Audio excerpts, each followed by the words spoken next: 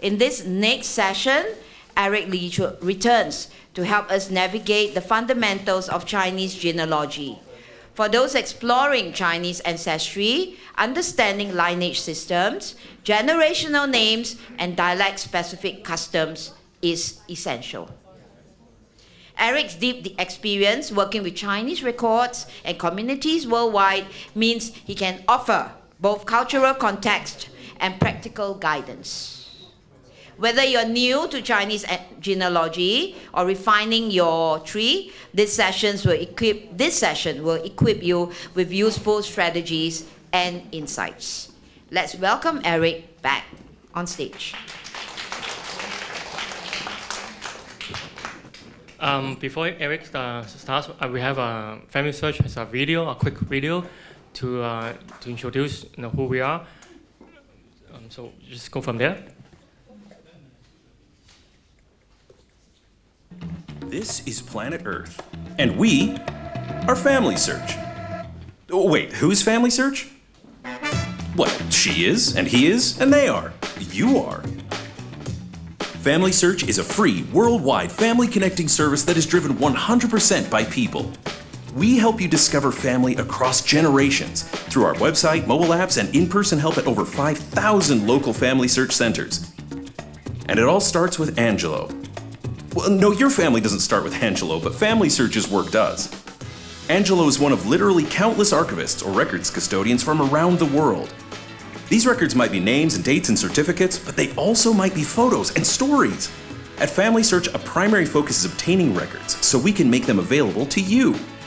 To make this possible, we collaborate with commercial companies, archives, and organizations in over 150 countries and counting. FamilySearch is an equal opportunity record preserver, sending volunteers to digitize records everywhere, including where records are most at risk. So a few years ago, Charito helped preserve tens of thousands of records in the Philippines just barely before the originals were destroyed in a typhoon. And Amelia and Samuel are just a small part of FamilySearch's huge undertaking to preserve names from oral genealogies in Africa. But having all these records is only as valuable as your ability to easily search them to find your family connections. That's why Cameron in Indiana, Bryn in Germany, Juan in Argentina, Tsuki in Japan, and tens of thousands of volunteers throughout the world are working literally around the clock. Because while those in Hoboken are sleeping,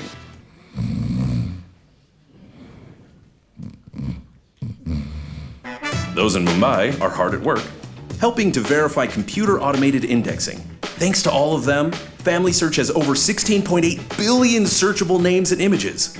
That means someone in Seattle can find a record of their family member from Micronesia, obtained by a volunteer from England, and indexed by a volunteer from Ghana. See how much of a worldwide effort this is?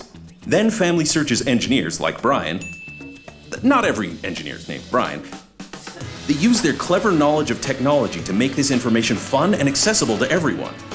Our users, millions of folks like you and like Jamie, share their discoveries by building shared family trees online and in our app. Already, there are over 1.4 billion names in the tree. Imagine that family photo. And because they're building the family tree of humanity, you can see how you're connected with other people, uniting families. That's how O'Day, who set out to find his ancestors, discovered his cousins less than 1,000 miles away. And perhaps most uniquely of all, if you get stuck or want help, you can get one-on-one help online or visit one of our FamilySearch centers all around the world from Perth to Paris. So on your next vacation virtually anywhere, even Hawaii, you can do some family history with friendly consultants like Liza and Lou. Or make your next vacation a visit to the largest genealogical learning library in the world, maybe the universe, in Salt Lake City. Or RootsTech, the largest family history conference in the world with over 3 million participants. And remember, the records, online access to the family trees, the apps, even the in-person assistance, it's all free to people everywhere with no catch. Except you might feel a little, or a lot, more connected to your family then and now. Every family from everywhere is important. That means you have information that can help. You too can be a part of FamilySearch, even if you just know the names of your grandparents, your great-grandparents, even your great-grandparents, sisters, uncles, cousin twice removed. What you know could be the answer to someone else's question. Join your family on FamilySearch today. So in the video, we mentioned about Family History Center or FamilySearch Center, that you can actually get some help, one-on-one help from the volunteers there.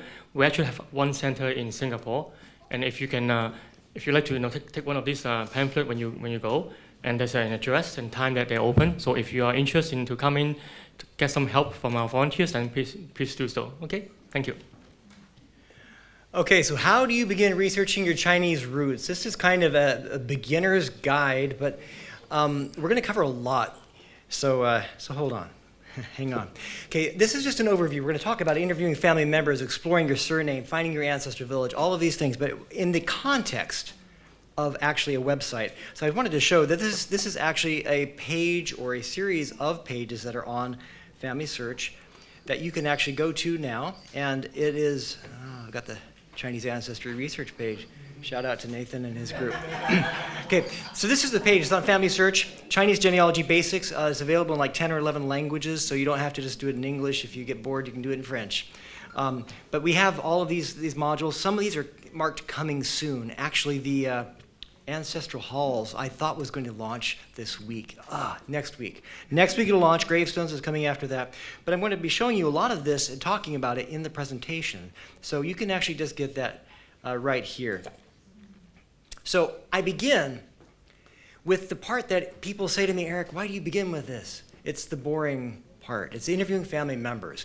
It's more exciting maybe to look for records or talk about, ancestral halls or something. But this really is where it begins. Talk to people that you know. Again, there's a specific page that gives you sort of tips, gives you like a sample list of questions you can ask, and some guidance. But we'll cover it here. Basically, starts with this one question: who should I interview?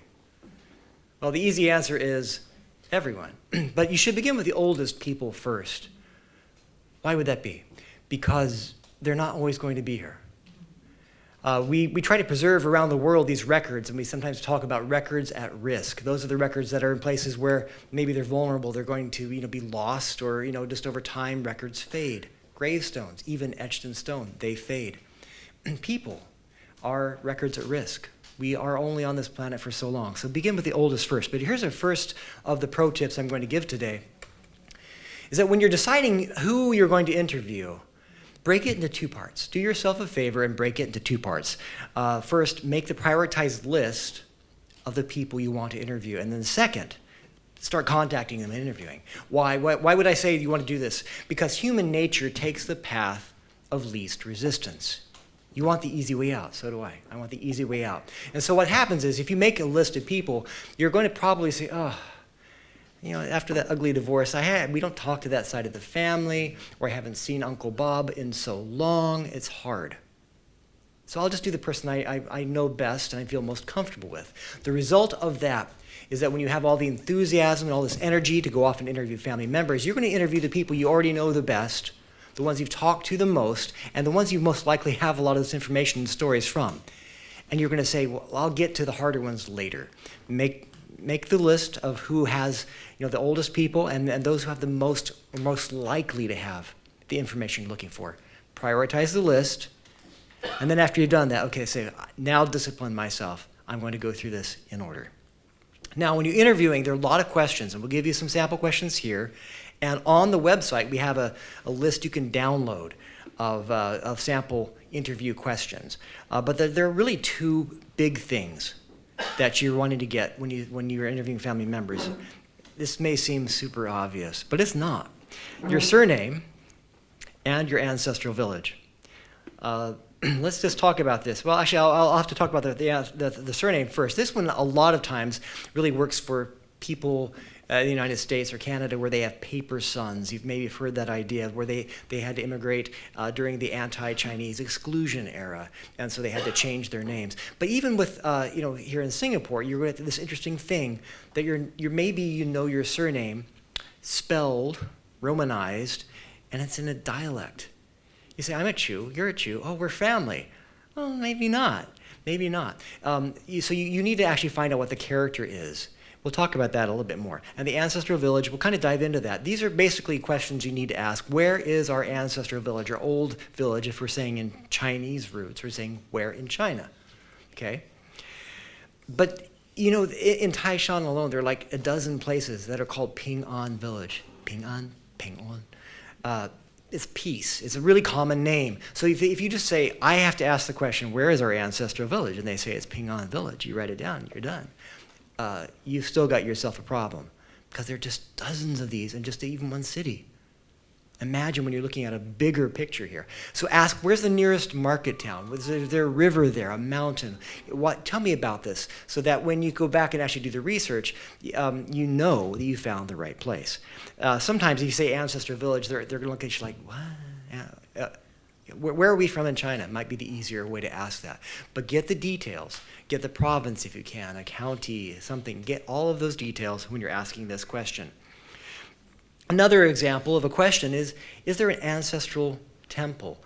This is one of those great things that has a dozen different names. So your family might refer to it differently. It might be a Citang, Qitong, or Zongci, or Jiamiao, or Zucuo, or something else. It's basically, you could describe to them that this is a place where you would have like an altar, maybe you have ancestral tablets, these things, and they'll say, oh yeah, I know what you're talking about. And either they do or do not. Or maybe it was destroyed, but they can tell you about that. So ask if there was an ancestral temple and where is it located.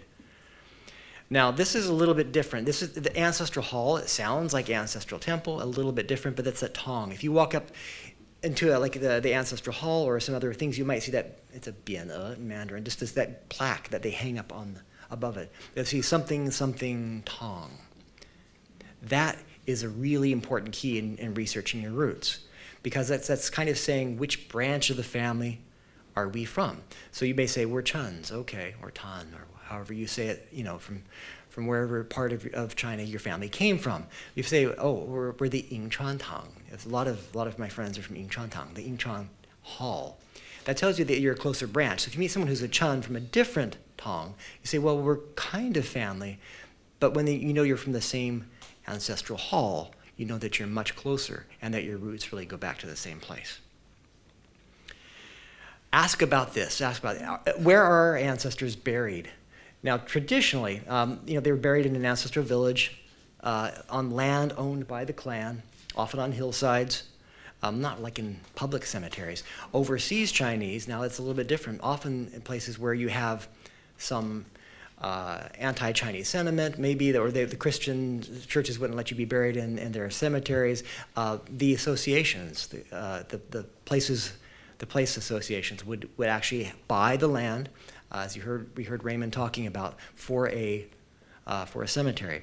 But ask if there are cemeteries. And anyway, while you're interviewing, this is one thing people don't want to do, but you should do. Really, trust me on this one. Should I record the interview? Absolutely, yes. Oh, but Eric, they're going to be really, it's going to be awkward, Hi, can I record this? Trust me, after about 30, 40 seconds into this, you're going to forget it's being recorded. They're going to forget it's going to be recorded. You won't really have a problem with the recording. And you may think you'll remember everything, or that you'll be able to write it down quickly. But there are facts and details you're not going to get unless you make this recording. And this becomes a family heirloom, something that, this is, Grandpa's voice telling stories about his childhood. So yes, record your interviews. On FamilySearch, I don't have time to show this today, but among the many activities we do have this record my story. If you look under the activities, where you find the tree designs, where you find the photo collage, you also find record my story. So you say, oh, I want to go here, and they have like prompts. So if I choose heart and soul, I think it is, I'm going to choose a question here. They give you some questions. Who do you miss the most from your childhood? Who's your best friend? Who has impacted your life? These are prompts so that when you're talking to your family member, it brings together some ideas. And the cool thing about using the app is that you say, oh, I'll choose this one. Who is your best friend? And you can record the audio. They can just talk. And then that saves it in those memories section of the family tree. When should I start? Now. Start now. Remember that we're not all here forever. You don't want to lose this information. Now, exploring your surname. On that page I showed you there is something about reading your jiapu. There's something about generation poems. There's all these things. This is one of the coolest pages. And yet, when I've watched people use our website, it's the page they skip because they say, I know my surname. Anyway, there are lots of good things on here because you can learn a lot from a name. So this is the traditional name structure. I'm not telling you anything you don't know. Surname, because the Chinese culture is more about family than it is the individual, it begins with the most important thing first. It begins with the surname. That's your clan. Then after that, this generation character is not always the middle character or the first character of the given name, but it commonly is. So it's the family you belong to. And then after that, it's kind of the generation. So this generation character is that the males in that family all had the same character in their name. It helps you identify that you're close family. It also helps you if you encounter someone on the street from the same surname, and maybe you don't know who they are, you ask them their name, and they say, oh, they give you your name, and you say, I know, that means you're a generation older than I am. Or, you're a generation younger, you owe me some respect. Anyway, so that's the family first, then the generation you belong to, and then really that last character is the only part of your name that is uniquely yours. This is the part that identifies you as an individual. Now, what about women? If we're looking at the Jiapu or Zupu, right, there really aren't many mentions of women, except if they do, it's just the surname. This person in the family married from, someone from the Xiao clan or the Chen clan, and they didn't put the full name in. About the late 1880s, we start seeing in the records women's names appearing. Sometimes you'll actually find, though, they actually will include information like he married someone who's a Wang, the daughter of an important person, like if he was a magistrate or had some sort of position. It's kind of bragging rights for the family, to put that in the record. But you don't see it very often, or they have women, and be able to make that connection. But on gravestones, you can. Immigration records even, often, especially in the United States, I'm talking about this one here, because they were speaking Cantonese, shi, the clan is pronounced Shi, and so they spell it S-H-E-E, and you'll see all these records, Wang Shi, Li Shi, Chen Shi, and this is the old joke now. Wow. She must have been a common woman's name. That's not true. Okay. Anyway, this is a fact, too, that I think we know, but maybe don't pause to think about the implications of this for family history, for the research. There are so many people in China and Chinese people around the world, but there aren't that many surnames. 22% of people have just 3 surnames. Think of that. Now compare that to the United States. Top 100 surnames still is actually only 14% of the population, but 3 surnames alone make up 22%.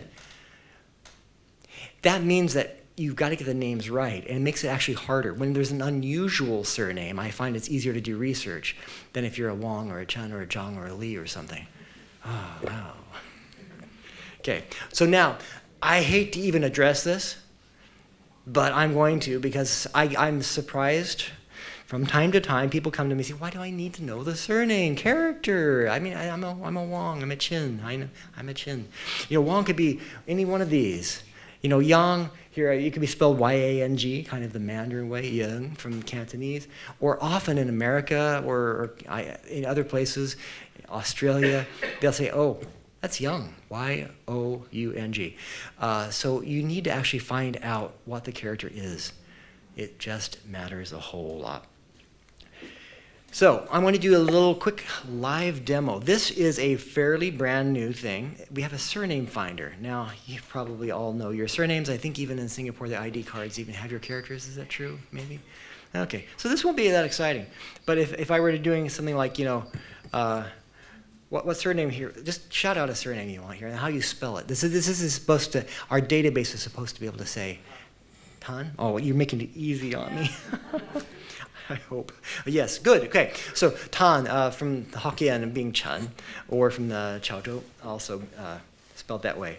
So the idea is that we're making a tool here that no matter how you spell your surname, we're hoping to be able to give you the possible characters for that. Or you say, here's Mandarin. Oh, the internet's being slow. Deng. There we go. So you can listen to how it's pronounced, or you learn more, you can actually go over here to our Chinese surname experience. Some of you during the hands-on session maybe got to experience this. It's a little thing about the surname. You get to play a little game and say, how many people have this surname? I'm going to guess this many. Oh, I got it wrong. I still got it wrong. Woohoo, I got it right. Anyway, so that's just a fun little tool. You throw the confetti there when you get it right.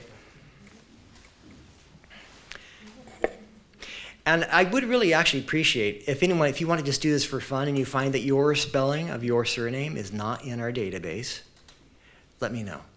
I had two options. I had a really big database of all sorts of strange spellings. And I thought, well, I'll get sort of funky results. I don't want them. So I started with a smaller set. So if you try this out and your spelling doesn't get the character, let me know, send me an email, we'll add it to the database. I thought that was a better way to make a good database, was to start with a few and then have real people try it. Why do my ancestors have so many names? This makes it really difficult when doing this genealogical research because the Ming, the Jiapu Ming or Pu Ming, the actual name that's put into the Jiapu may not be the name that you knew your grandfather by. He may have lived his entire adult life by his Hao, especially if they're from Guangdong. This Hao or Ho is it's kind of almost a marriage name. This is this alternate name that when you grow up, you get married, you get this name. And then maybe they're buried with that too. So you'll often see that generation character in your book, and you'll see a whole bunch of people who don't have that character, and you'll say, what's up with that? Sometimes the family just didn't follow the generation characters, but sometimes the names that are recorded there are actually a zi or a hao. It just makes it a little bit messy, but life is messy. Now, don't make this mistake. FamilySearch's family tree is great. You can put in the names, and oftentimes we say to ourselves, who am I doing this for? Who am I recording this information for? Is it for me? No, it's for my children, my grandchildren, my great-grandchildren. They can't read Chinese. So I'm just going to type it Romanized in English, right? Don't make that mistake. Don't make that mistake. Put it into Chinese characters. FamilySearch's system, if you actually go up here, when you're typing the name in, especially if you created your name here, your account in English, which you probably did, they defaulted to an English template. And that's not very helpful. What you're going to want to do is when you start building your family tree, you want to change the template to Chinese, and then it gives you the Hanzi, the Chinese character field, and then the Roman. If you type in the Chinese characters, then it will automatically Romanize it. You say, well, we didn't spell it that way. Then you can just change it yourself. But do yourself a favor, don't make that mistake, put them in Chinese characters. It's going to make it so much better when you're building this family tree to say, is this person the same as that person? Because people spell it differently. Okay, finding your ancestral village. This is actually a village I went to with a Chinese Malaysian friend. It's in Guangxi. Fun place. Anyway, let me start by saying nobody's from Hong Kong. Nobody. Okay, Derek's from Hong Kong. Only Derek is from Hong Kong. I ask people, where is your family from? Oh, we're from Hong Kong. We're from Shanghai. No, you're not. No, you're not. No one's from Hong Kong. No one's family. Where are you really from? No one's from Shanghai.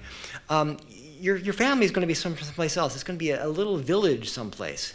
It's going to be a little village. And Shanghai is a great place to move to. Even if they've lived there 2 or 3 generations, your family's from some other place.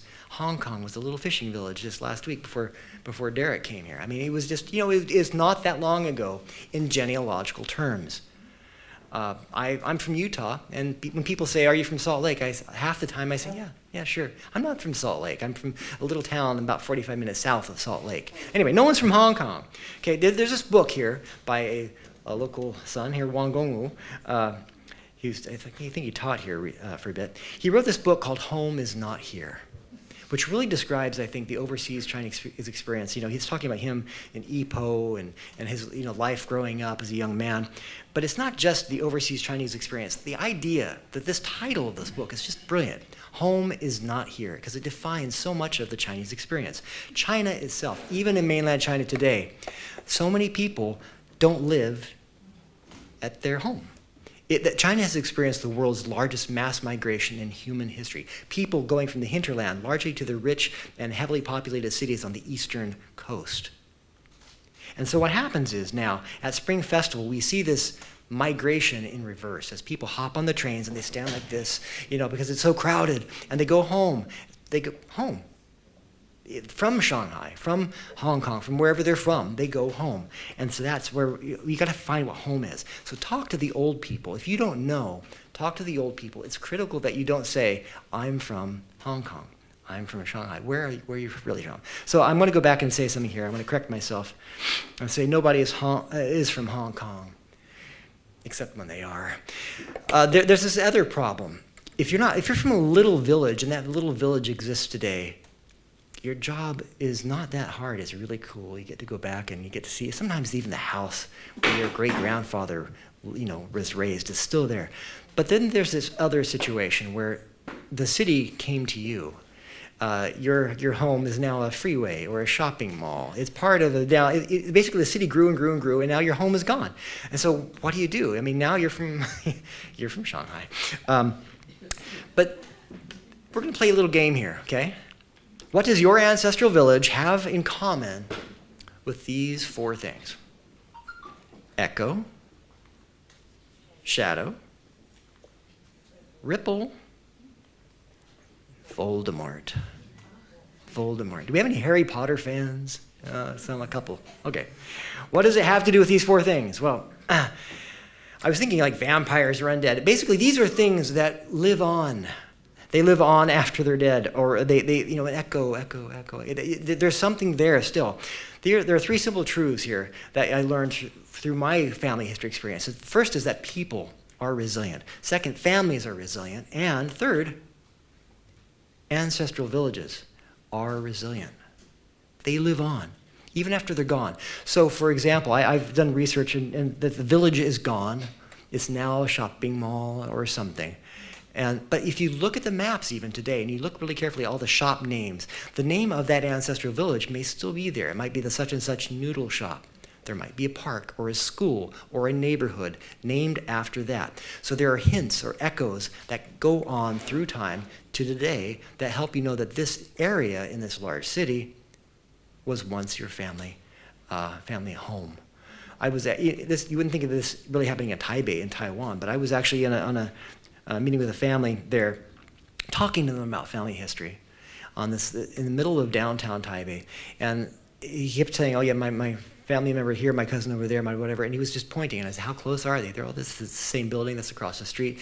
This whole street was their family. So this used to be our ancestral village, and then Taipei just grew and grew and grew. But we're all still here on the same block.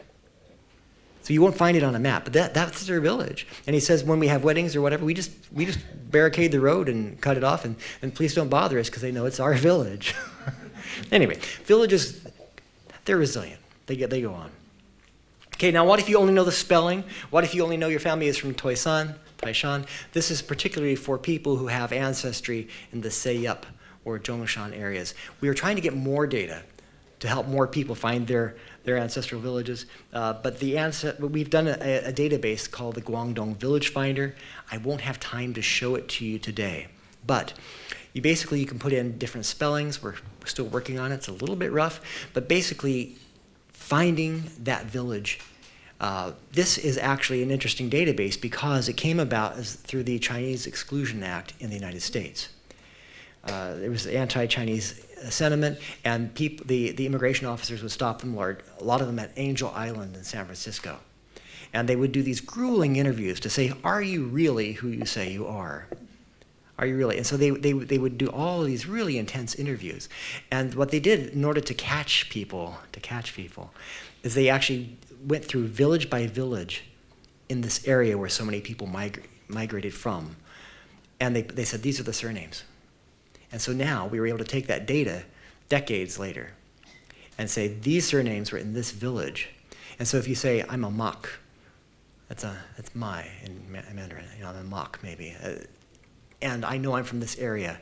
I don't know the exact village, but I know it's in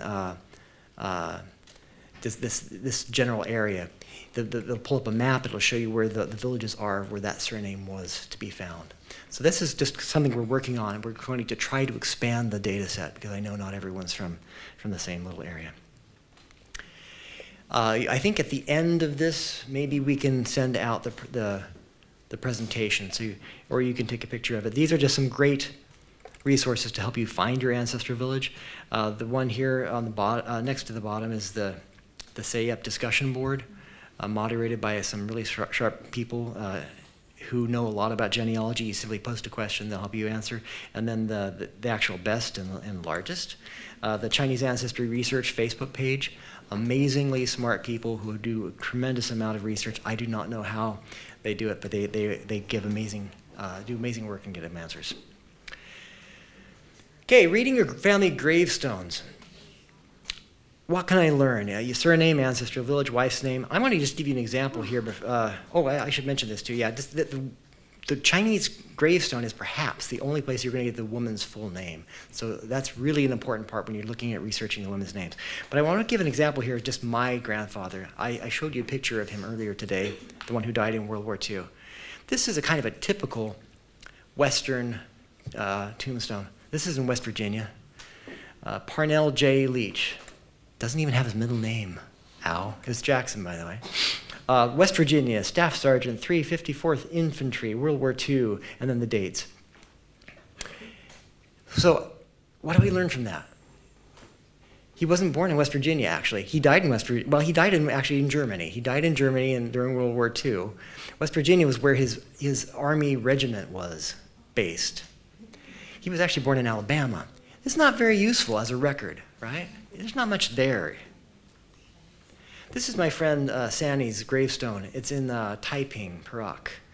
Look at this. Look at the kind of information on here. You've got the ancestor village. Not only is it Quanzhou, Nan'an. I've also got Linjixiang, the village. I've got even the Qing Dynasty administrative district. If you have old maps, you can pull that out.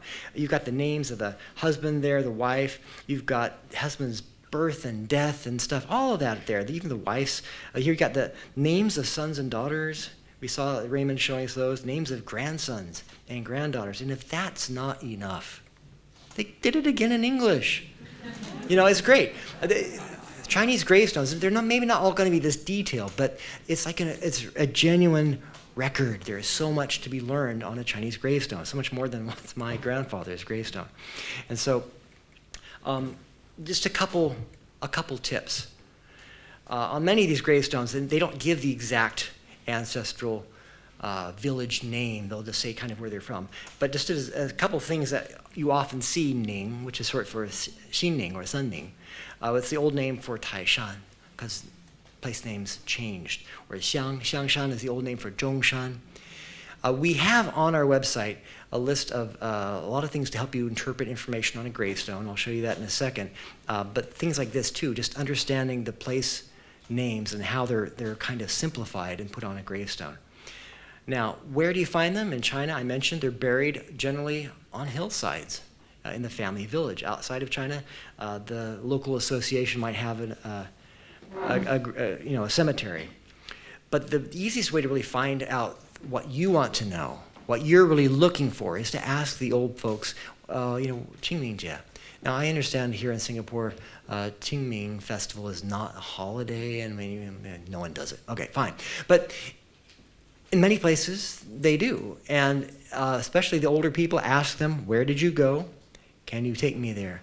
Can you show me? That's going to be an amazingly important thing. So here I'm going to just give a couple really quick examples of basic formats on the web page that will be launched here. This one will be launched next month. We'll have like 3 different examples from basic, intermediate, and advanced, talking about the different parts. We also have a glossary of characters with romanization in Mandarin and Cantonese to help you be able to interpret the information yourself.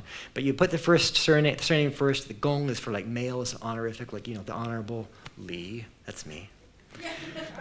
Yao Ming is my name, and my given name, and then just the grave of, and then you've got born on. You can pull that character out, the year, the month, the day. That's easy. Died on. I haven't died, but I have something to look forward to. Actually, it says I died in 2022. Oh, well. Yeah. And then the province and things like that. You've got the place.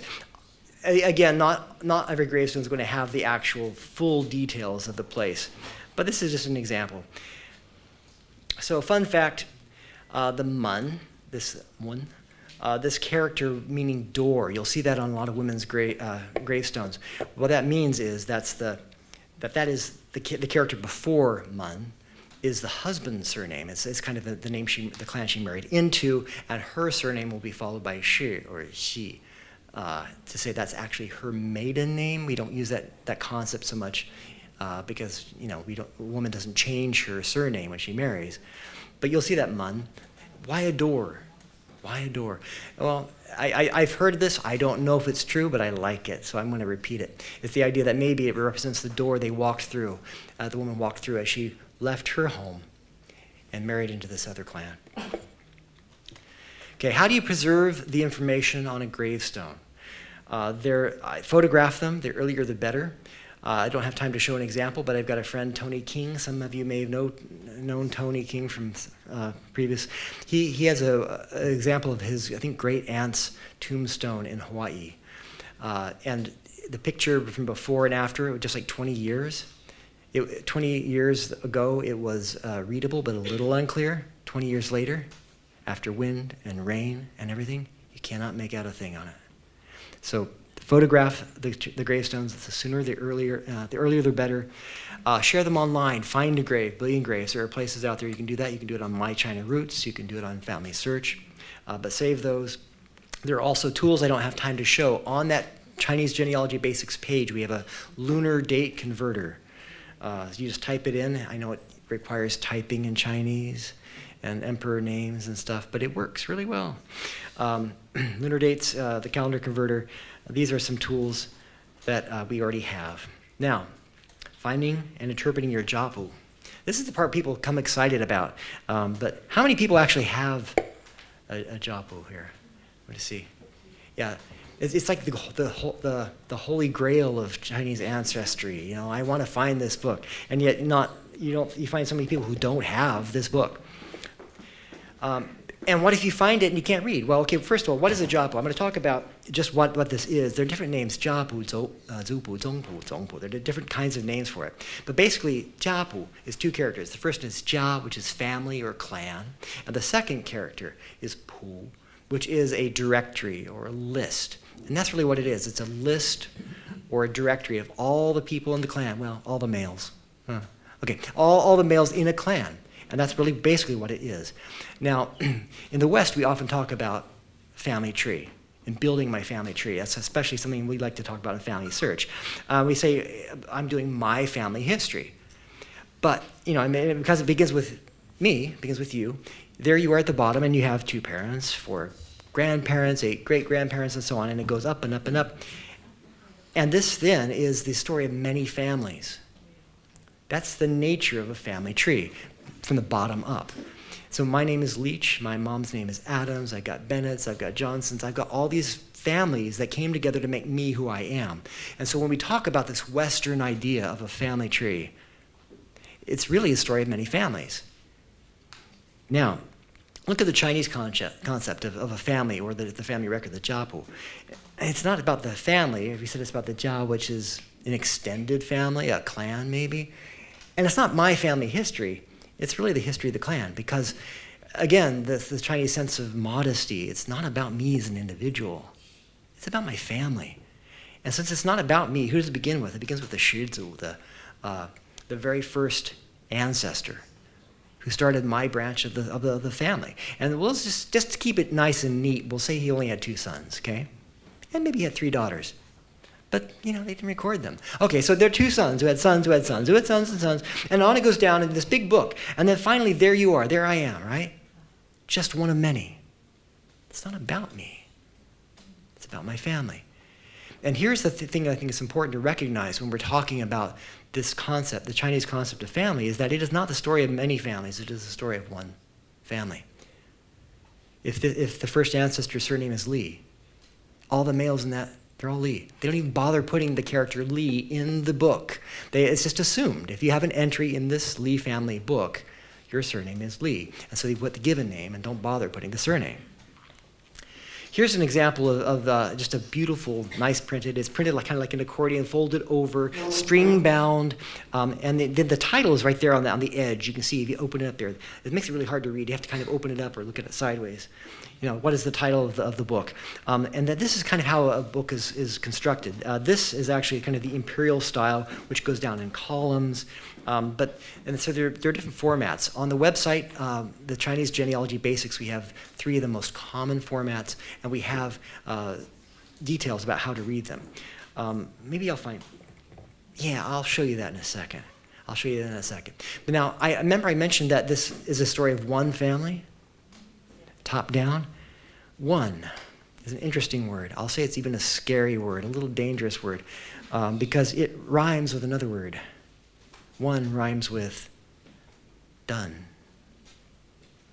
Okay, so what do I mean? It's time for the Japu game. Okay, you're in the casino, right? You pull the lever. Do I have a Japu? Can I find it? Oh, if I found it, I'm happy. But I'm also done. If I can't find it, I'm mad. Oh, but I'm done, right? I can't find it. What do I do? How do I do my family history? How do I do my genealogy work? And that's dangerous. Really, what I wanted to change the mindset here is to say, let's not think of it as just having one family record that you're looking for. Because we saw how few hands were raised when I said, who has a Japu? Well, if you can't find your father's line, then try to find your mother's line. I know that you may show up on the doorstep and they'll say, why do you want this? You're a woman. What business is this of yours? It's not even your family. Okay, I won't lie, it's not an easy conversation. But think of it that way, because if you actually take the top-down Chinese Japu concept and you put on the bottom up Western family tree concept and you put those together, you can actually get more options, more things to look for. So think of it, 4 lines. If I go back to my grandparents, great-grandparents, if I can go back that far, then there are 4 paternal lines I can get. That's 4 Japu I can look for. You're all excited. I can see people jumping up saying, hey, this changed my life. Okay, I'm just trying to sell this to you. So if you don't buy it, that's fine. But I think it's actually a great way to think of it because this gives you so much more family to look for and family to connect to. And gives you a greater chance of finding a Japu. So why do we do it? I talked briefly about this before. It's not all about the Japu, even though that is an amazing thing to be able to find. For the people, my friends who have these books, they get them and they cry. It's an emotional thing. But don't quit. If you can't find it, don't quit.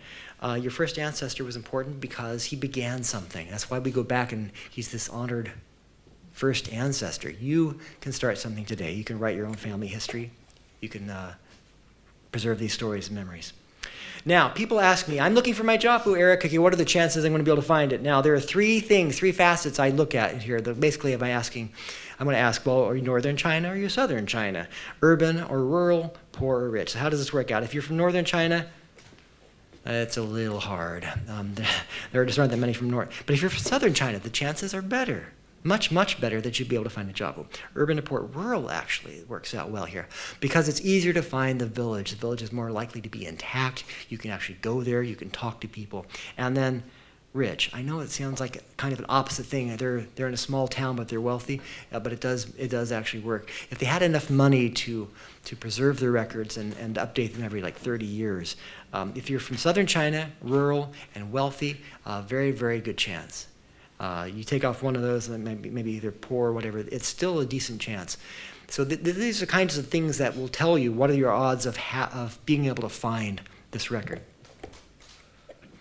Oh, I will show this. Okay, we've been here in Singapore doing user testing. That's a really engineering type of user testing. It means your users.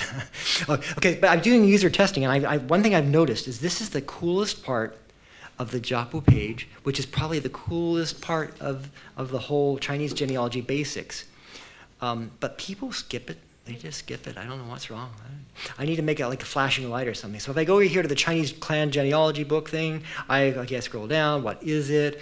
How's it different from Western Tree? This right here, this button says give it a try. Give it a try. Okay. This is just cool. So we have 3 different styles. We have actual things on here, so you can actually say, oh, I want a date of death. It gives you information. You can learn more. And this does tie into like a date of birth here. Oh, that's date of birth. It helps you read the characters and understand parts of the Jiapu.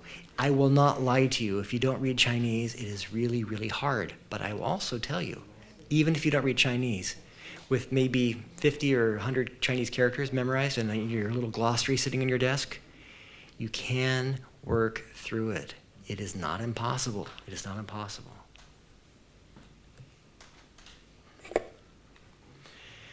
Okay, so how do I find my Jiapu? Okay, first and foremost, it is family. I would like to say it's FamilySearch.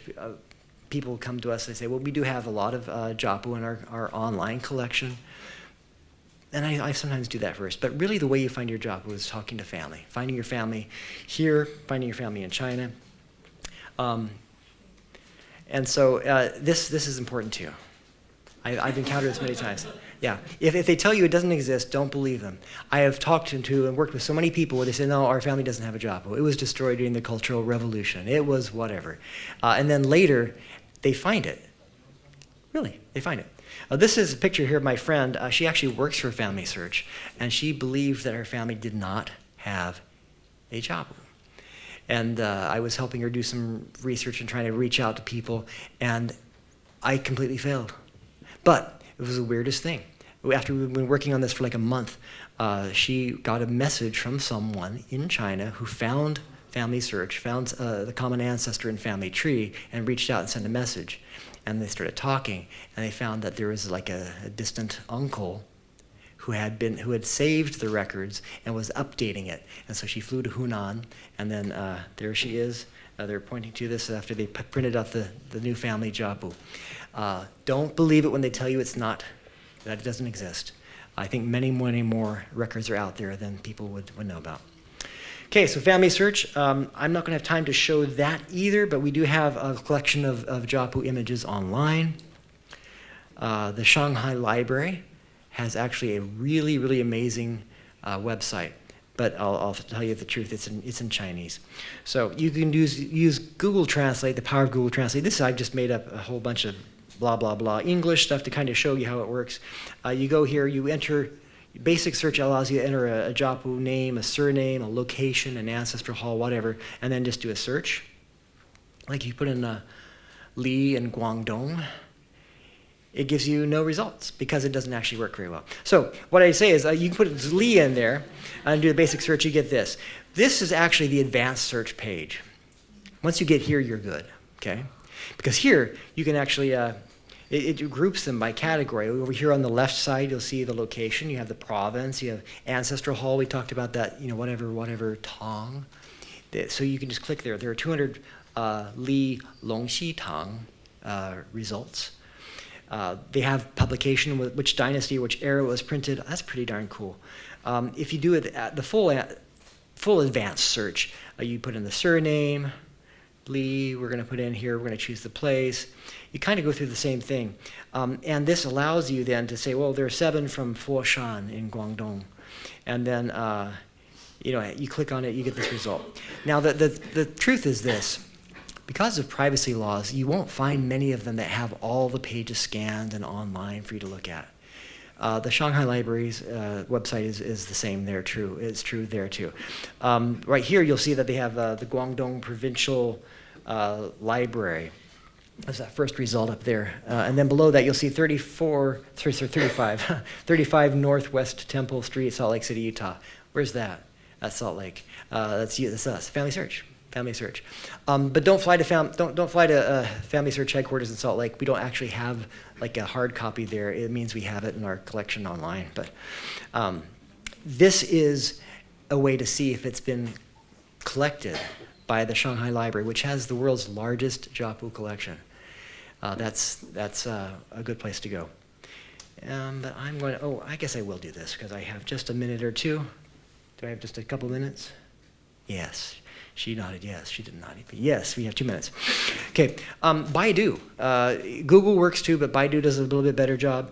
The Overseas Chinese Affairs offices, there are actually government offices in China whose job it is to help you connect to your roots. If you say, I want to visit, those are magic words, I want to visit, then they're much more likely to help you. I found that actually, since COVID, they've been less responsive to me. I've tried to help a few people, and they haven't responded very well. But Fujian and Guangdong in particular have these Chinese Overseas Affairs offices, and you're going to want to provide all sorts of information about everything you know. As you send them an email, they don't do email much. WeChat's better if you have WeChat. But you can send them an email. And here are just some tips, and when you reach out to them, what you want to do. Actually, I found the snail mail. Putting it in an envelope and actually mailing it there got me better results. I've done that a few times. But be specific. Give as much information as you can. Give the surname, the village, other details. The generation poem. So like if you know this is the character for this generation, that's one of the things they will ask you. For each generation, every generation you know the character for, that'll help them. And I put puppets down because I've got a good story. And we have just barely time for it. I was helping a friend research her ancestry in Nan'an, just northwest of Quanzhou, as part of Quanzhou. And first couple exchanges back and forth, and they were saying, we can't help you, we don't know. There's too many families there, we don't know. And then I said, just kind of a desperate thing, I said, well, they were puppeteers. And then he said, wait, I know the family. And then they were able to connect us, and so we actually flew to China and I found this family because I mentioned the story that they were puppeteers, and that even though the family had moved to Malaysia like a few generations before, their family in Nan'an still were puppeteers. And that was an interesting connection there, the cultural thing. So put in all of these details, be as detailed as you can, and they will help you do the research. Now, I'm going to stop now, I think right here. Oh, actually, I guess the last one, is just buy plane tickets and go there. There are many things you can do, but mostly I would go back to where I started, is talk to people. Talk. Ask lots of questions. Ask them again. Just a personal story from my West Virginia roots. You may think West Virginia family history has nothing to do with Chinese family history, but I think this one does. I was meeting with my great uncle, and I was asking questions about my dad. My dad died when I was kind of young, and he was giving me all these great stories. But I was also looking for the Puckett family. Now there was a cemetery there in West Virginia. I'd walked through. It was a soggy, rainy day. I had a clipboard. I was handwriting things down, taking pictures, but I couldn't find the Puckett family. I said, Uncle Jimmy, where are the Pucketts? I can't find the Puckett family anywhere in the cemetery. And he says, no. Everyone around here is buried there at the end of the trail cemetery. So he went on and told me some more stories about my dad. And I asked again later. I said, okay, but Uncle Jimmy, what about the Puckett family? I can't find him anywhere. Oh, no, if they're from here, they're all buried there at the end of the trail. And it was getting a little dark, a little late in the day, and I'm getting ready to go because I had a long drive back home. And I said, Uncle Jimmy, one last try. I'm looking for the Puckett family, and I couldn't find their graves at all in the cemetery. And he leaned forward, and he said, the Pucketts? Why didn't you say so? They're all buried up at the Puckett family cemetery. Come on. And it was really like the third time I'd asked. But we went, he said, hop in the truck. Well, I can't fit my kids in the truck, Uncle Jimmy. So he went in his truck, and this is West Virginia. Honest to goodness, middle of nowhere, West Virginia, where the roads were not even paved. It was just mud because it had been raining the day before. And I had my kids in the minivan, my wife and the kids in the minivan, and I got to the part where my wheels started going, I'm going to get stuck. So I stopped and I honked the horn. And Uncle Jimmy said, okay, well, hop in the pickup truck. We can go a little further. And they said, now we hike. So we went up this hill. And my great Uncle Jimmy, he was a miner. My family there, he was a pretty strong, healthy old guy. And I was amazed. He was pushing 70-something, 75 maybe, years old at the time, retired. And he booked up that hill so fast, and I was, Uncle Jimmy, slow down. As we started getting to the top of this hill, just picture this, trees everywhere. We get to the top, and it's just like, it kind of goes into this clearing with no trees at the top of this hill. And then I hear the sound.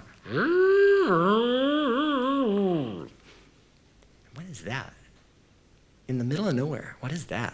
And we get to the top, and this old man is up there, this little family cemetery, with like a little rope thing around it, and these really not impressive, not fancy, not big gravestones. And there's a guy there, and he pulls out a handkerchief and he wipes his brow. He's just taking a big weed whacker, his big line cutter, cut down all the grass. And my great uncle Jimmy says, "Hey, Sam Puckett, what you doing up here?" And he said, "Oh, hey, Jimmy Bennett, what are you doing?"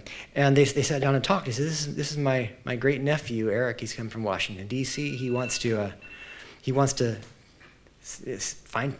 take pictures of the family gravestones." He says, "Well, sure, come on, do it." And he says, "It's a good thing you came now, because if you come up a couple hours ago, the grass was up this high. Someone who's been a member of the family died, and so I was just clearing it out." Anyway, amazing day. The timing was just right. Got pictures of all the little graves, and some of them were just like a little bit of cement poured in the ground with someone had drawn with their finger the name of the person. But all the grass had been cut down just as I got there. There is a power in the work of family history. I believe that doors will open if you continue to try. Things will happen. Things will happen. So that's it. I don't think we actually have time for questions, do we? We are done. Questions after the conference. Thank you so much.